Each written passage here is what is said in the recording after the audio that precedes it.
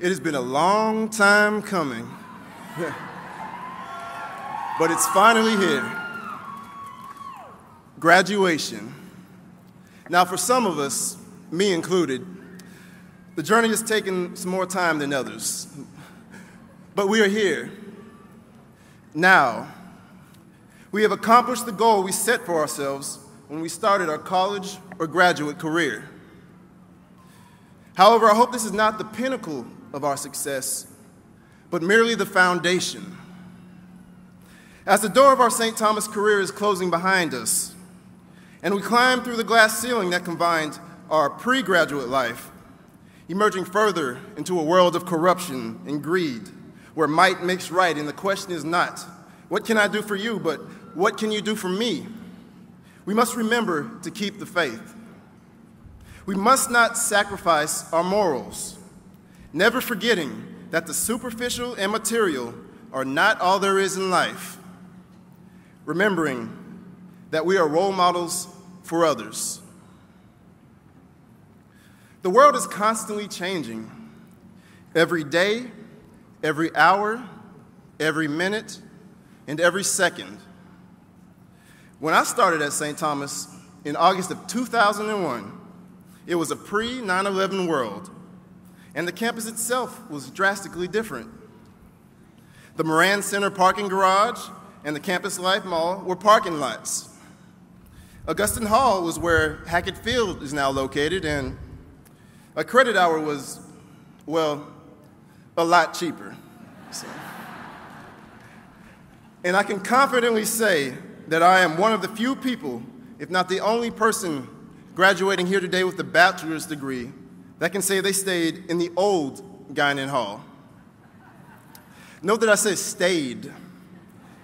This is because we were only there for 3 days.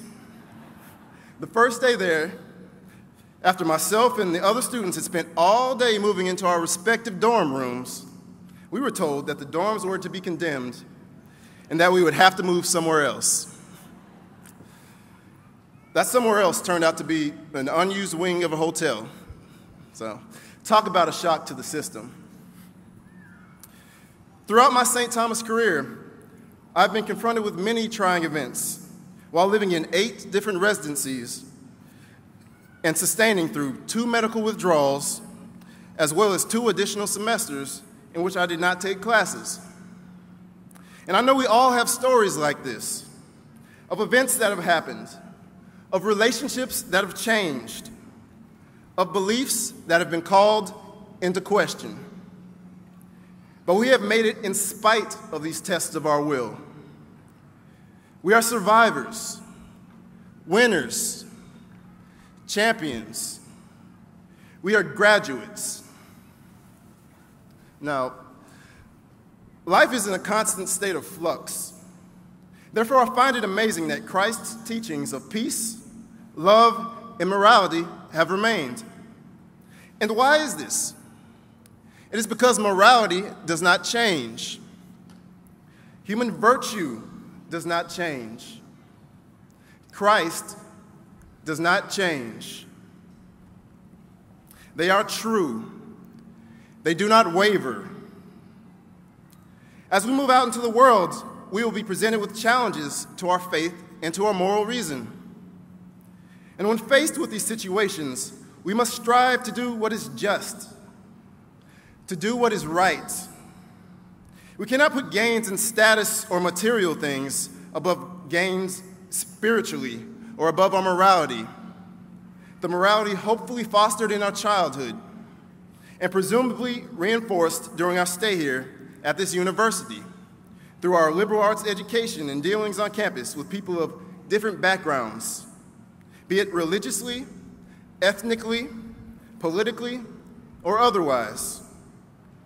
What is right does not vary by race or creed. We must also remember to do the right thing, not just for ourselves. If we ignore our morals simply because it seems like everyone else is doing so, because we feel disenchanted with society, we must remember that we are contributing directly to the corruption of society. Believe it or not, there are people who look up to us. who admire us. And if they see us give in or succumb to temptation, it increases the likelihood that they will as well. Therefore, we are not just responsible for our own spiritual and moral well-being, but we also directly affect others' value sets as well. Many people try to rationalize their actions by saying, everyone else is doing it, or by saying, if he or she can do it, why can't I? Why? Because it is wrong. Because that little voice in your head, your conscience, tells you that it is wrong. And because in doing that wrong, you are also setting a negative example for those around you, causing a chain reaction until someone finally stands up for what is just. So do the right thing, not just for yourself, but also for those people watching you.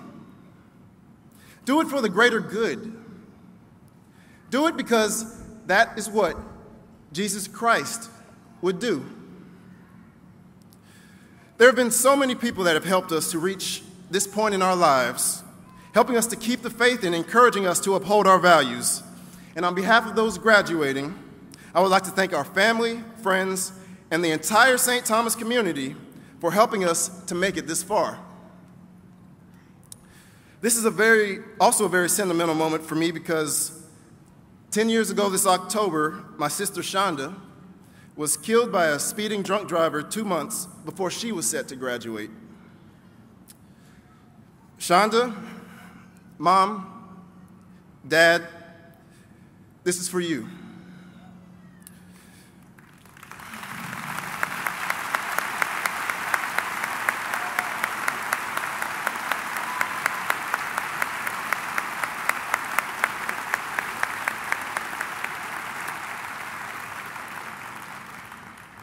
In closing, I would like to say a prayer that I say daily and that's helped me and countless others through many tough times. The Serenity Prayer.